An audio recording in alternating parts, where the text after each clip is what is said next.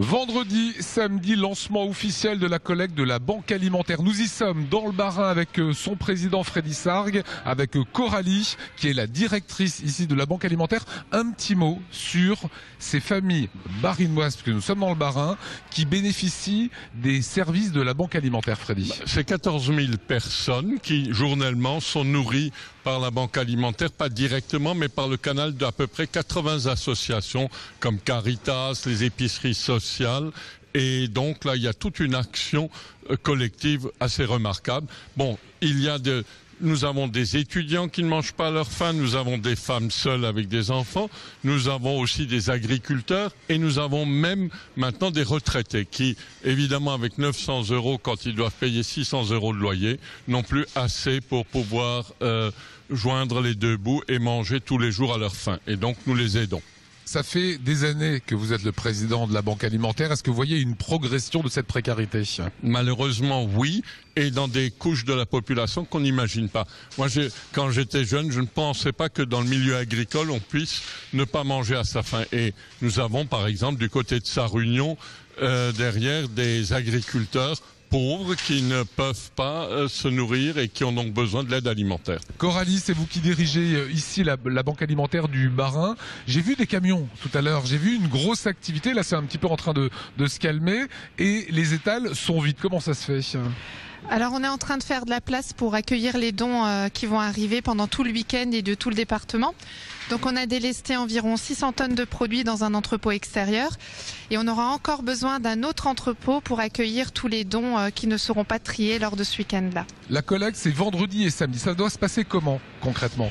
Alors on est présent dans 600 points de collecte sur tout le département. Donc sur la CUS, ce sont nous qui gérons, c'est la Banque Alimentaire et ses bénévoles qui géreront totalement la collecte nationale. Sur le département, nous sollicitons les clubs services, les Rotary, les mairies, les communes, les associations diverses qui vont collecter pour nous. Ils collectent, ça va arriver ici et ça repart après directement aux associations ? Alors ça va arriver ici et puis on va avoir une grande période de tri. Pendant 3 semaines, il va falloir trier ces 300 tonnes de produits qui vont arriver du département par semi-remorque. Ce seront des transporteurs qui gracieusement nous rapatrieront les denrées dans la semaine qui suit. Et il va falloir tout trier par catégorie de produits et aussi par date puisque nous ne pourrons pas distribuer ces denrées-là au-delà de la date de péremption. Est-ce que la Banque Alimentaire, dans l'esprit populaire, ça ne marche que l'hiver ? Est-ce que le reste de l'année, vous avez également une activité ? On est ouvert toute l'année, on a nos 50 bénévoles et nos 18 salariés qui travaillent. La précarité, c'est pas que l'hiver, c'est ce que vous dites. Absolument pas. Et l'été est souvent une période difficile puisque certaines associations ferment et les familles se retrouvent dans le besoin. Pour la collecte, il faut savoir qu'il y a à peu près 2000 bénévoles qui se mobilisent. Moi, je suis toujours très confiant. Je constate que les gens ne sont pas égoïstes. Au contraire, il y a un sentiment d'ouverture vers l'autre et on sent les gens extrêmement généreux. Et j'ai vécu moi-même des témoignages assez émouvants de gens qui n'ont pas d'énormes moyens mais qui donnent souvent, même quelquefois, tout un caddie de marchandises pour la collecte. Alors donc, je crois que là, moi, je suis confiant dans l'avenir de l'humanité. Les hommes, il y a quand même beaucoup de choses bonnes en eux. Est-ce que vous êtes également confiant sur les décisions européennes concernant les surplus ? Oui, je crois qu'ils ne pourront pas les couper du jour au lendemain. Nous étions même, nous, Banque Alimentaire du Bas-Rhin, avec Joseph Daul, à l'origine du prolongement de 2 ans du PEAD. D'une manière ou d'une autre, on ne pourra pas du jour au lendemain couper ça. Qu'il faut peut-être le réorienter un peu. Laissons les politiques travailler, mais on ne peut pas du jour au lendemain enlever des centaines et des centaines de tonnes de nourriture. Donc, je suis confiant.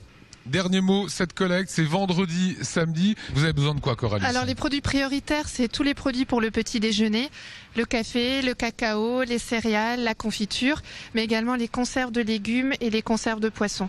En fait, on demande pendant ce week-end tous les produits qu'on ne peut pas avoir quand on lutte contre le gaspillage le reste de l'année. La collecte nationale, c'est 300 tonnes sur 2000 tonnes. C'est 15% des approvisionnements.